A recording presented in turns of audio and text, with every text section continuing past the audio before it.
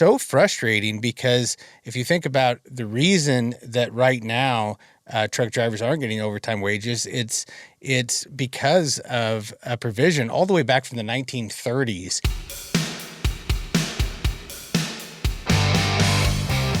There are two bills in Congress related to taxes on overtime wages right now, but only one of them includes truckers. That's driving a new conversation in Washington, D.C.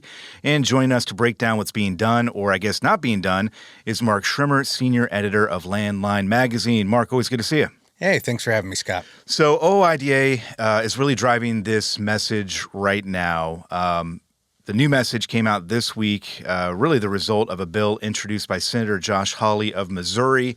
And I suppose that is a good place to start based on what it would do and what, I think more importantly for our interests, would not do. Yeah, and so the bill, I think most people, would support. Basically, the idea of the bill, it's no tax on overtime, and it's as simple as that. It's something that President Trump kind of campaigned on and was saying that overtime wages would not be taxed. And the idea is that the people out there who are working a lot of overtime hours are typically blue collar workers a lot of the time, and are some of America's hardest workers. The problem with all of this and what OIDA is kind of bringing to light is that some of America's hardest workers include truck drivers, of course, as we all know.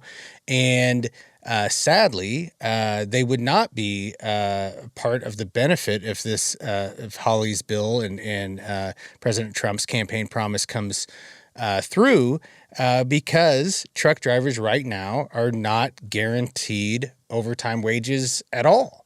Yeah. And so that's the one side of this coin here. We've got this bill in the Senate, and I know OIDA put a call to action out, basically asking people to contact the senator's office and ask him to include truck drivers in this.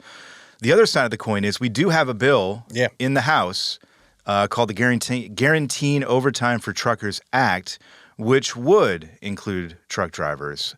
So again, we've got both sides here, two bills kind of doing the same thing, but more complete on the House side. Yeah, and I think part of this, too, with the call to action to Representative Hawley's office is, okay, you've introduced this bill that would have no taxes on overtime because you're for the American worker. And again, going back to that kind of claims of the hardest workers in America do overtime, and we want to pay back, and we want America's workers first. Mm-hmm. Then that's fine and that's great, but also you need to support this other bill, and which has been introduced in the Senate in the past too, and help get this across the line for the guaranteeing overtime. Go ahead and introduce that bill as well in the Senate and get it going.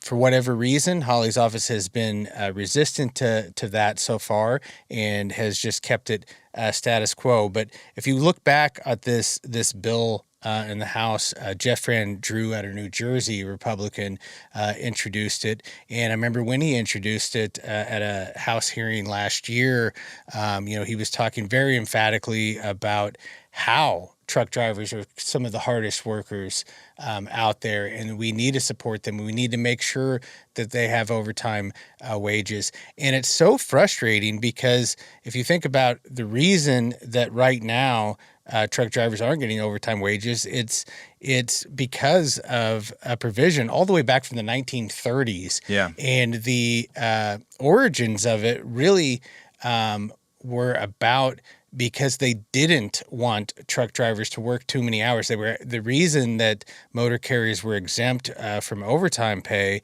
was that they didn't want to incentivize truck drivers to work 70, 80 hours a week. Well, guess what? Yeah. So we move forward here. They are working those types of hours. Yeah. They're just not receiving the proper pay. And then more so, it's not even just about the pay itself.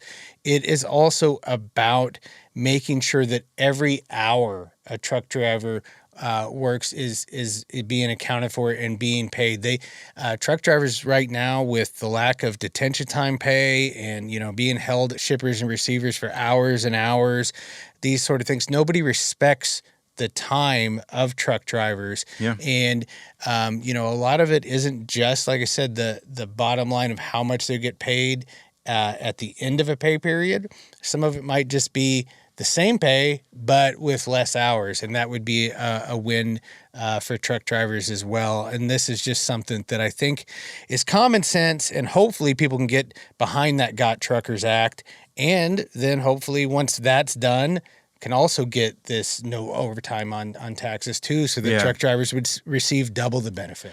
And, we've talked about this before too with the Got Truckers Act, but if you, there are folks out there who would not benefit from this, owner-operators come to mind for sure. But the idea being that if you, rise the tide for everybody, the thing that you talked about there about people actually, respecting people's time and getting them in and out of shippers and receivers and detention, those kinds of problems wouldn't necessarily go away, but they would be alleviated a lot. Yeah, they would. If the warehouses are now being demanding, we need to, and it becomes the culture that we got to get the truckers out of here, because if not get paid, that'll help everyone in the long run. Absolutely. Fightingfortruckers.com. Go check that website out and reach out to your lawmakers to get them on board with this bill.